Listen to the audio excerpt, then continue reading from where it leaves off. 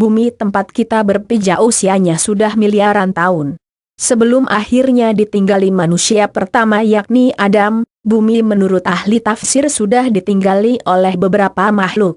Berkenaan dengan penciptaan Adam, mayoritas ulama Islam percaya bahwa Adam dan Hawa telah dicipta dengan lengkap di surga.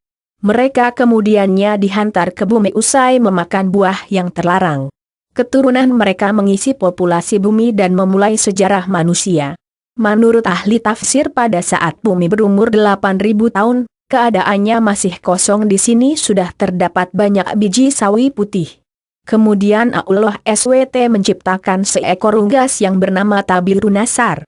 Allah SWT berfirman kepadanya, "Hai unggas Tabirunasar, makanlah olehmu biji sawi itu. Apabila habis biji sawi itu, engkau akan kumatikan." Sang unggas pun memakan biji-bijian itu. Namun, cara memakannya diatur, pertama, sehari 1 biji yang dimakan. Setelah semakin berkurang, maka kini dimakannya hanya 1 biji sebulan. Biji sawi itu semakin berkurang saja. Oleh karena begitu takutnya terhadap kematian, maka sang unggas hanya memakan 1 biji dalam setahun. Namun, akhirnya habislah biji-biji sawi itu. Tabirunasar pun akhirnya mati. Setelah kematian tersebut, Allah SWT menciptakan makhluk lain sebagai penghuni bumi, yaitu 70 orang laki-laki. Namun tidak semuanya langsung diciptakan, melainkan satu persatu Allah SWT menciptakannya. Apabila seorang meninggal, maka langsung diciptakan yang lain. Masing-masing dari mereka berumur 70.000 tahun. Konon, setahun pada masa itu sama dengan 1000 tahun pada masa sekarang. Tatkala telah mati 70 lelaki itu, kemudian Allah ciptakan jin. Allah berfirman, dan Dia menciptakan jin dari nyala api. QS 55. 1. Sebagian dari jin-jin itu ada yang berkaki 4, berkaki 2, dan ada yang terbang. Kemudian Allah SWT mengutus salah satu seorang di antara mereka yang bernama Yusuf untuk memberikan pengajaran ilmu dan syariat agama. Namun, jin-jin itu banyak yang mendustakan ajaran-ajaran tersebut yang menyebabkan Allah SWT mematikan semuanya. Penghuni bumi berikutnya adalah suatu makhluk yang berpasangan. Rupanya seperti binatang. Keluar dari dalam neraka. Binatang itu pun beranak, dan anaknya dinamakan dengan Azazil. Setelah cukup besar, Azazil mulai melakukan peribadatan kepada Allah SWT 1000 tahun lamanya. Setelah itu, Allah SWT mengangkatnya ke langit pertama. Selama 1000 tahun, di sini pun ia tekun beribadah. Allah SWT menganugerahkannya sayap yang terbuat dari manikan yang hijau. Dengan izinnya maka terbanglah ia ke langit kedua. 1000 tahun lamanya pula ia beribadah. Demikianlah, pada tiap-tiap lapisan langit ia beribadah selama 1000 tahun lamanya, hingga ke lapisan langit ke-7. Sementara itu, di bumi saat itu sudah ada penghuni lainnya, yaitu dari bangsa jin yang bernama Jana 70.000 tahun lamanya hingga lahir anak cucunya. Kata ahli tafsir yang lain, 18.000 tahun mendiami bumi yang kemudian menjadi sombong dan kufur. Allah SWT pun mematikan Jana. Sebagai gantinya adalah yang bernama Banunal Jana. Ia mendiami bumi selama 18.000 tahun lamanya. Ia juga dimatikan oleh Allah SWT. Sementara itu, di atas langit sana, Azazil bersama para malaikat masih khusyuk beribadah.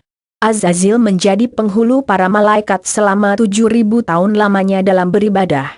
Hingga pada satu waktu, Azazil mengajukan suatu permohonan kepada Allah SWT, katanya, "Ya Tuhanku, 7.000 tahun hambamu ini berbuat kebaikan padamu dalam 7 lapis langit ini. Jikalau dianugerahkan olehmu, hambamu mohon hendak turun ke bawah ke langit ke-6, berbuat kebaikan kepadamu. Pergilah engkau," tegas Allah SWT. Turunlah Azazil atau iblis itu bersama 700 malaikat pengiringnya ke langit ke-6.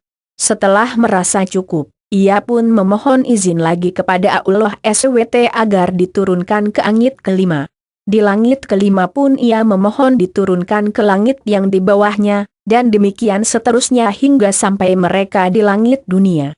Di langit dunia, Azazil atau iblis mengajukan suatu permohonan pula, "Ya Tuhanku, hamba-Mu hendak memohon turun ke bumi dengan para malaikat.